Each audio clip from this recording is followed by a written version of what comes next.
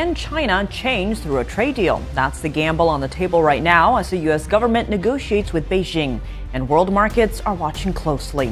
Talks of China rebalancing, reforming, or even opening up its economy once again making headlines. We opened up China. China agreed to open itself up to American business to go in. These demands echo the calls made by Chinese students in 1989.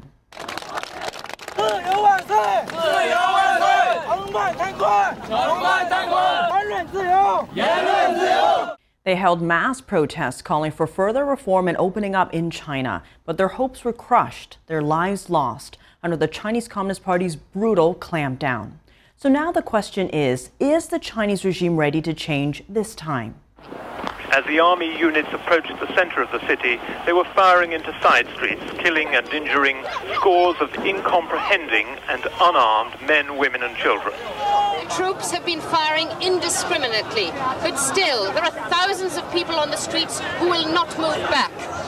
The bicycle rickshaws scooped up the injured. Others were shunted onto bikes and pedaled to hospital. The battle is underway, but it's being fought in the broad boulevards beyond Tiananmen Square, where civilians are confronting the troops advancing on this position and falling under heavy gunfire from the People's Army.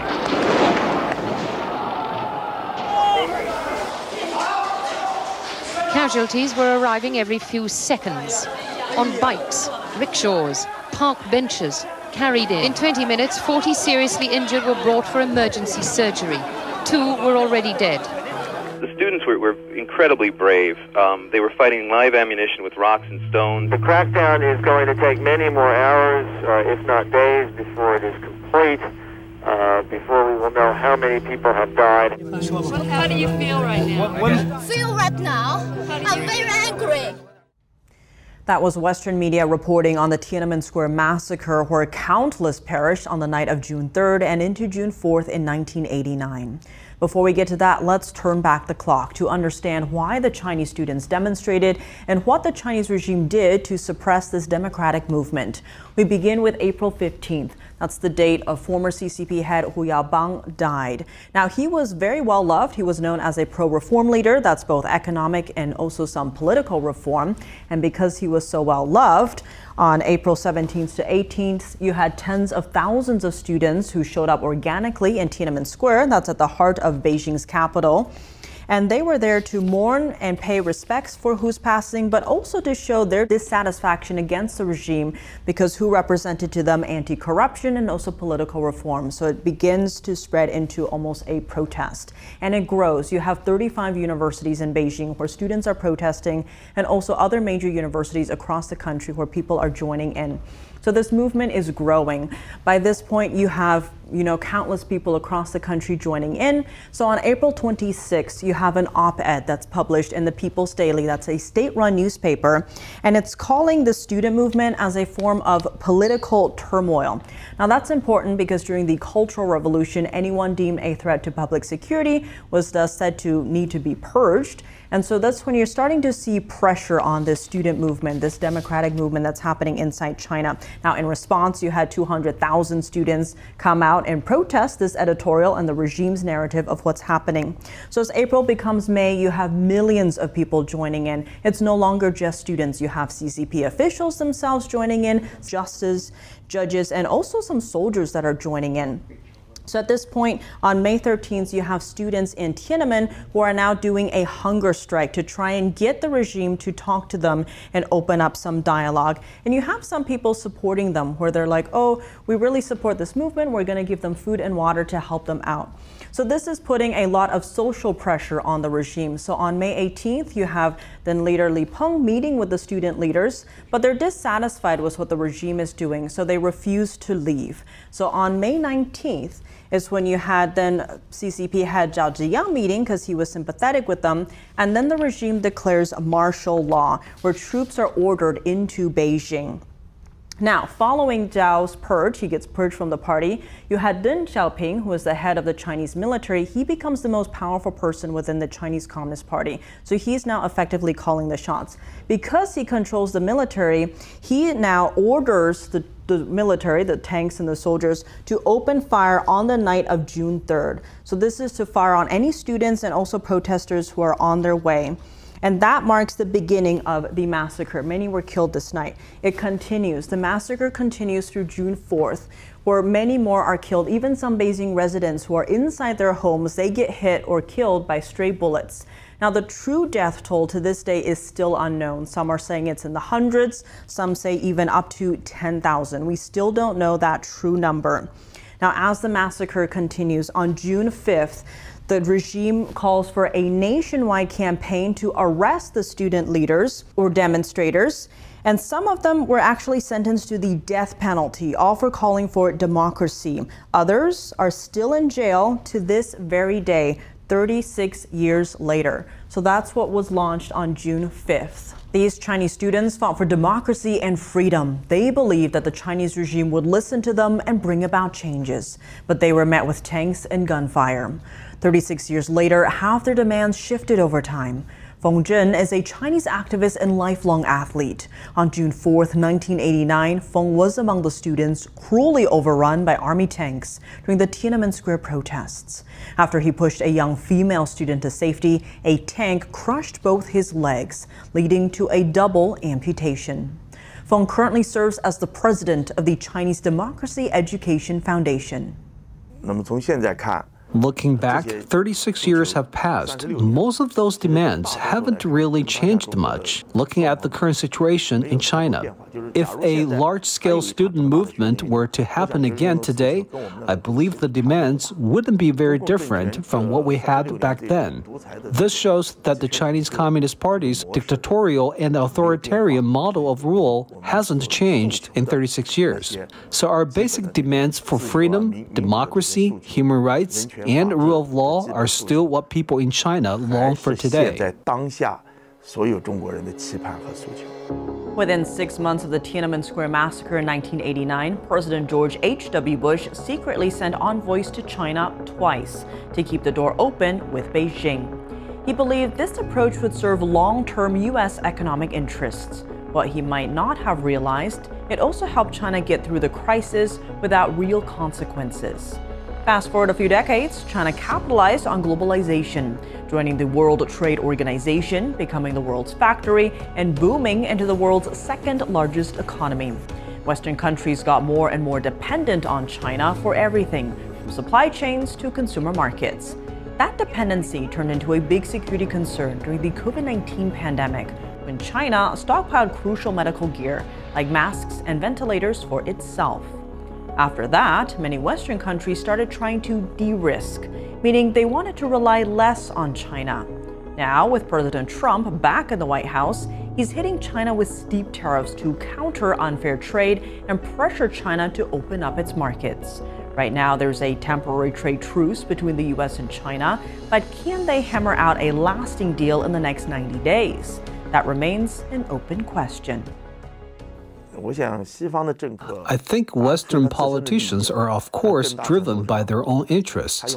They tend to apply their own logic to interpret the CCP regime and its system. But that logic doesn't really work, because China under the CCP isn't a normal society in the way the West defines it. It's not a standard society anymore after so many years of authoritarian rule.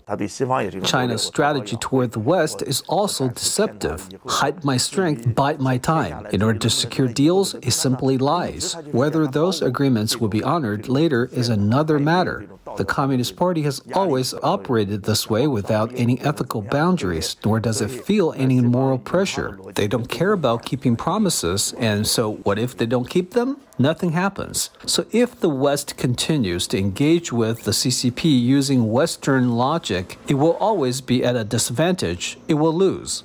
Just now, Feng noted the regime's strategy called hide and abide, deceiving the West to achieve its own goals, adding that if the U.S. continues to engage the CCP using Western logic, it will lose.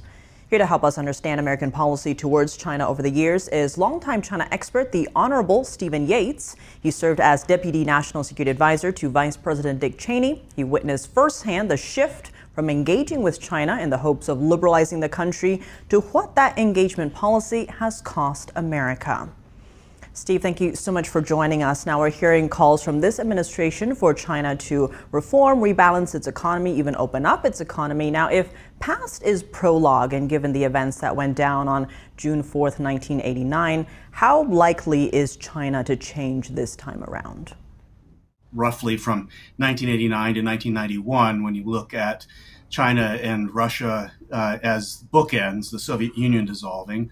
And there was this notion that somehow the West, free markets, the culture and civilization had somewhat, quote unquote, won, and that China, like many others, was going to seek to emulate in some way, shape, or form, adapt to at least accommodate the dominance of Western civilization. And what we have learned for the better part of 40 years is that changes within China when it comes to political system have been very, very minor. And even on the economic system, they haven't really adapted to our way of thinking or operating. They have taken advantage of those things. And Steve, as Feng noted above, the Chinese Communist Party doesn't operate as a normal society, at least not the way the West understands. Has the U.S. learned that lesson? Are we seeing that play out in the way this administration is dealing with China, as in holding it accountable? Well, I think it's adjusting in the following way. For a lot of my life, we engaged with an idea that basically people all over the world are innately the same. And, you know, they might be prisoners of a bad system, but if you find a way to reform or open that system, then those same people, just like us and our friends and neighbors abroad, they would just seek a better life for their family, the better opportunity for their children, more stability and opportunity generally for their society. All those things were deemed as universal goals and aspirations. But what we're learning is that our influence from the outside might be more marginal than we anticipated.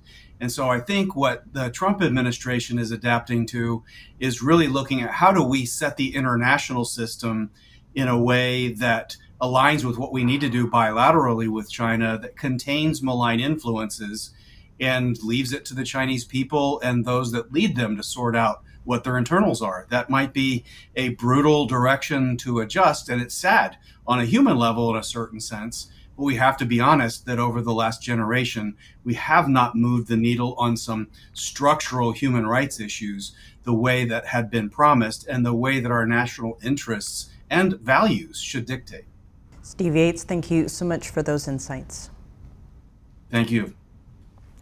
Next, let's hear from today's youth on China's so-called opening up and about their attitudes towards the Chinese regime. NTD's Flora Hua brings us details. What do you think China as a market, apparently a very huge market, do you think China should open up more? Yeah, I have done business in China before, and I mean, you hope that, you know, the workers producing the products that you might be buying are paid a decent wage and have decent conditions, and that there are environmental controls that are helpful for our global commons and our air and water. And yeah, you don't always get the sense that that's happening in China. The Chinese Communist Party has long profited off the U.S. trade surplus, and I think this time the U.S. should take a much tougher stance toward China. To transfer internal pressure and unrest, I believe the CCP will likely try to appear more conciliatory to the U.S. government. Because if exports really come to a halt and Chinese people start losing jobs, they may rise up to protest, and that's something the CCP doesn't want to see. Just now, we heard from today's youth about opinions on the Chinese regime. Joining us now to dig deeper is Joshua Phillip, senior investigative reporter with the Epoch Times, who's covered Chinese Communist Party subversion for years. Josh, thank you so much for joining us to share insight. Now, to begin, what ultimately is the fundamental difference when it comes to Western governments and something like the Chinese Communist Party? What do U.S. officials need to know to understand how to approach the CCP? You know, there's this whole slogan in China, there'd be no new China without the CCP. Absolutely not true. Most of the Asian world, I mean, look at South Korea, came up without needing communism.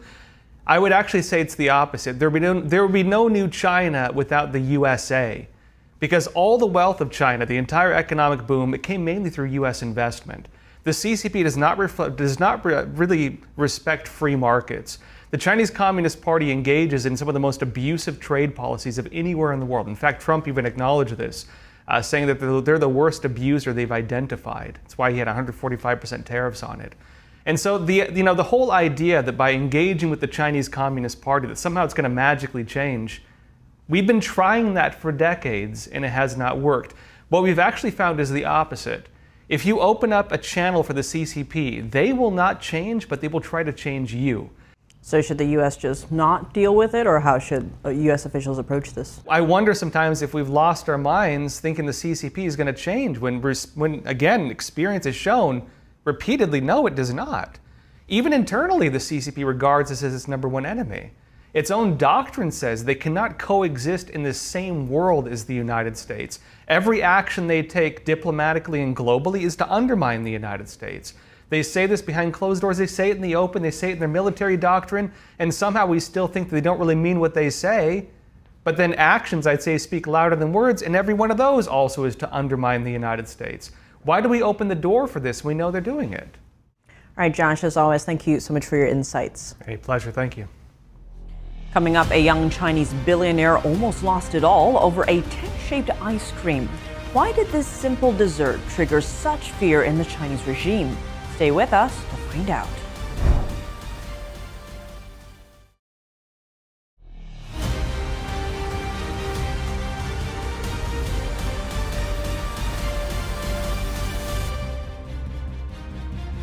Welcome back. Now the story of a young Chinese celebrity that almost lost it all after accidentally getting a little too close to the Chinese regime's red line. This young man's name is Li Jiaqi. He's a Chinese social media personality known for his watch and shop live stream. To get a sense of scale for his success, he once sold more than $600 million worth of products via live stream in a single day. But 2 years ago, his career went from a raging success to a nightmare, all because he promoted an ice cream dessert that looks like a miniature tank. The problematic ice cream bar appeared on his live stream one day before the anniversary of the June 4th Tiananmen massacre. The date is considered a deeply sensitive red line by the Chinese regime. 就我们这还算好的，因为推测的他们还有坦克突突。什么？坦克突突。 After showcasing the tank-shaped ice cream treat, Li Jiaqi stopped live streaming for more than 3 months. Speculation roared at the time, with social media posts questioning whether Li's live streams were cut off by Chinese internet regulators. Around the same time, Chinese authorities also issued regulations for live streamers, warning them to not touch on topics considered sensitive by the Chinese regime, and saying that violators would face consequences like having their accounts banned or even criminal punishment. The sensitive topic Li may have ventured too close to, the 1989 Tiananmen Square massacre. Many Westerners learned of the tragedy through this image, known as the Tank Man. For decades, information about it has been censored across China. Keywords like June 4th, Tank Man, and the Tiananmen massacre are scrubbed from the Chinese web.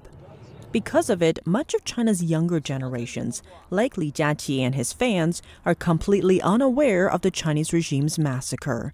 And some of those young people say they'd rather remain unaware. And to be honest, if I wasn't studying abroad and I'm just living in China, not knowing them wouldn't bother me. And now, even I know them and I realize that I couldn't have learned about these back in China, it still doesn't really bother me.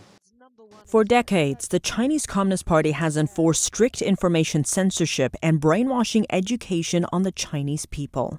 But in a surprising turn, the apparent shutdown of his live streams over a mere dessert sparked curiosity among many young Chinese.